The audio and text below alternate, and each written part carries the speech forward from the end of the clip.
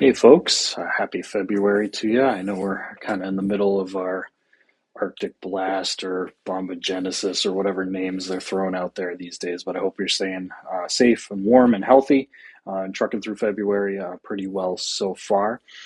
Just a couple of quick updates just in our technology newsletter for this month.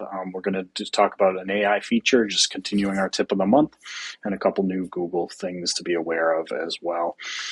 Before I jump into the AI tools on tip of the month, I just want to set a reminder to us just about data privacy and access. We've talked about it, a lot over the last couple of years, but especially as we look at using new tools with AI and different features that come out, it's just a friendly reminder that any tool that we use online needs to have a data privacy agreement in place if we have any personal information, whether it's for staff or for students as part of that program. And so, especially as you think about using AI tools and finding different websites and resources that are out there, if there's any chance of personal information being out there, it does need to have a data privacy agreement and need to be part of our district list. If you have any questions about this, please submit a support ticket.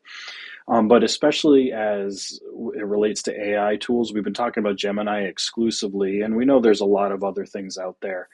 In the future, if you're not already getting in the habit of using Gemini as your primary AI resource for Haverhill Public Schools accounts, I would strongly encourage you to do so, because in the future there may come a time where we might need to block all others from accessibility just due to privacy concerns, because there's a lot of traffic that goes out from our district, and at some point we have to prioritize the data privacy for sure.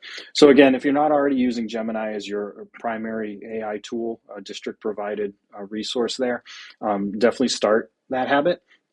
Migrate away from the chat GPTs and magic schools and all the other things that might exist out there, and just focus on district provided tools, and get in the habit of using those, just so that if there are future blocks that come out, it won't affect your workflows. Okay, cool. All right. That being said, let's look at our AI tip of the month. It's actually going to be a little bit of a reminder where we've talked before about how Gemini exists within Google Classroom, and they have a lot of different tools out there that really help us create content really quickly. Everything from lesson plans and vocabulary lists to quizzes and rubrics. Some really interesting stuff that's just built right into our Google Classroom environment, just from that Gemini tab on the left-hand side. But one of the things they added recently that I think is really interesting is this ability to create an audio lesson. And it's just a feature, one of those tabs that's built right in here. And effectively, what we get to do here, just at face value, is to target a grade level for this audio lesson and to generate a topic. And just simply by doing that, let's say collaboration with peers on a group project. Just by doing that, it will generate learning objectives that we can then change and add to as we see fit. And then they give us some options in terms of personalizing the voices and the avatars and things like that. But effectively, what it does is it creates this chat style conversation based on the prompts that we did. And so we'll see it kind of generate live as you create your content.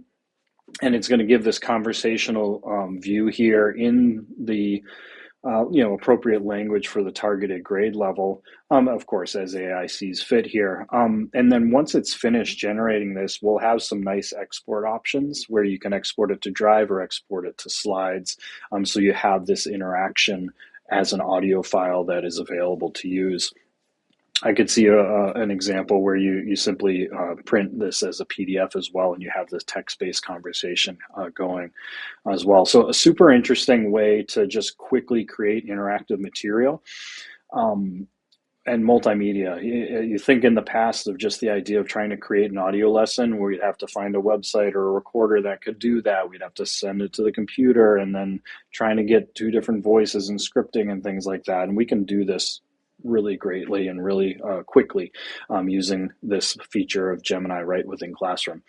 So explore that this month. See what that can do for you. And if that doesn't feel like something that's interesting to you, just go right in that Gemini tab on the side and look at the other options that they have in here, just to expand your horizons, so to speak, and see if you can work a little smarter, not harder, with some of these things within Google Classroom. And the next thing I want to talk about is just a new feature in Google Forms. I know a lot of us have used these, for a variety of different reasons over the years. And one of the struggles that you may have is that at some point you're done accepting responses to it, and you'd have to go and remember to go into the form, go into the settings, turn it off, and that can be a little laborious to do that. A new feature coming soon is that we can actually automatically stop accepting responses either based on a date or based on a certain number of responses. And so if you know that this is something that's due by Friday, you can say, hey, it's done accepting things on Friday. Or if you know that you're doing like a sign up form and you just want the first 6 people to be allowed to do that, and you want it to stop after that, you can set it up for something like that as well.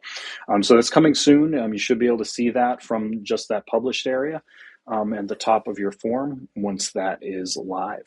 So we'll look forward to seeing that soon. And then finally, just a friendly reminder of our support resources. I know it might seem like a broken record if you hear me saying this, but we're big into our tickets. Our support ticket system is the best way and the only way to get a hold of us. Direct email, direct phone calls, grabbing a tech in the hallway. That's not always the best and most efficient approach.